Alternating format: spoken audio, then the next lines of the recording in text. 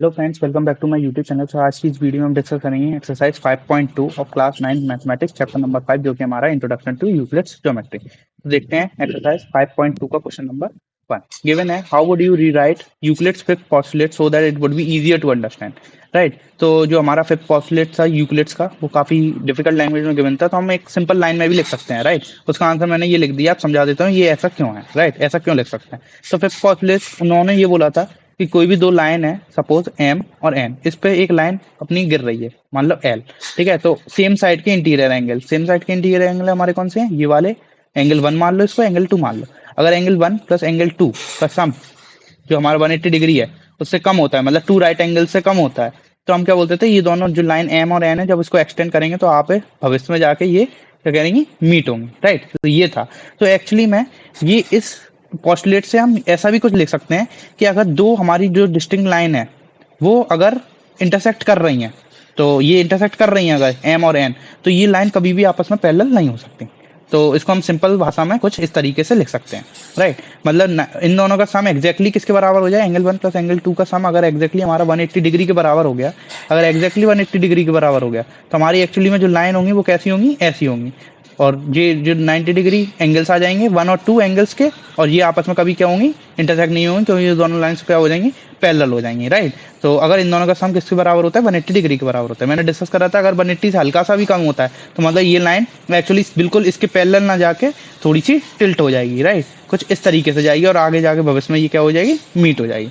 तो हम इसको सिंपल, इस पोस्टुलेट को सिंपल पोस्टुलेट एक लाइन में लिख सकते हैं, two distinct intersecting line can not parallel to each other. Right, तो ये सबसे आसान है और समझने के लिए। राइट, तो अब बात करते हैं question number 2 of this exercise. Given है, does Euclid's fifth postulate implies the existence of parallel line. देखो मैंने पहले ही डिस्कस कराया अभी कि ये बिल्कुल करता है एग्जिस्टेंस पैरेलल लाइंस का। कब करता है, जब एंगल 1 और एंगल 2 की जो सम है वो 180 डिग्री के बराबर हो जाता है। तो हमारा कुछ ऐसा वो था, ये हमारे इंटीरियर एंगल थे, इसको हमने एंगल 1 और एंगल 2 दे दिया था। राइट, अगर ये एग्जिस्टेंस बताता है पैरेलल लाइंस का, मतलब पैरेलल लाइंस की भी थ्योरी ये समझा देता है कैसे, जब एंगल 1 प्लस एंगल 2 हमारा किसके बराबर हो जाए, 180 डिग्री के बराबर हो जाए। राइट, अगर ये दोनों का सम 180 डिग्री के बराबर हो गया तो इसका मतलब क्या कर सकते हैं यूक्लिड्स फिफ्थ पोस्टुलेट से, कि ये दोनों लाइंस कभी भी आगे भविष्य में जाके मीट नहीं करेंगी। राइट, क्योंकि ये इन दोनों का सम किसके बराबर है, 180 के बराबर है, 180 से कम नहीं है। अगर ये भविष्य में मीट नहीं करेंगे तो हमारी लाइंस कैसी होंगी, आपस में पैरेलल होंगी। राइट, और हमारा कुछ फिगर कैसा बनेगा, ऐसा फिगर बनेगा। राइट, तो ये हमारा कुछ फिगर था।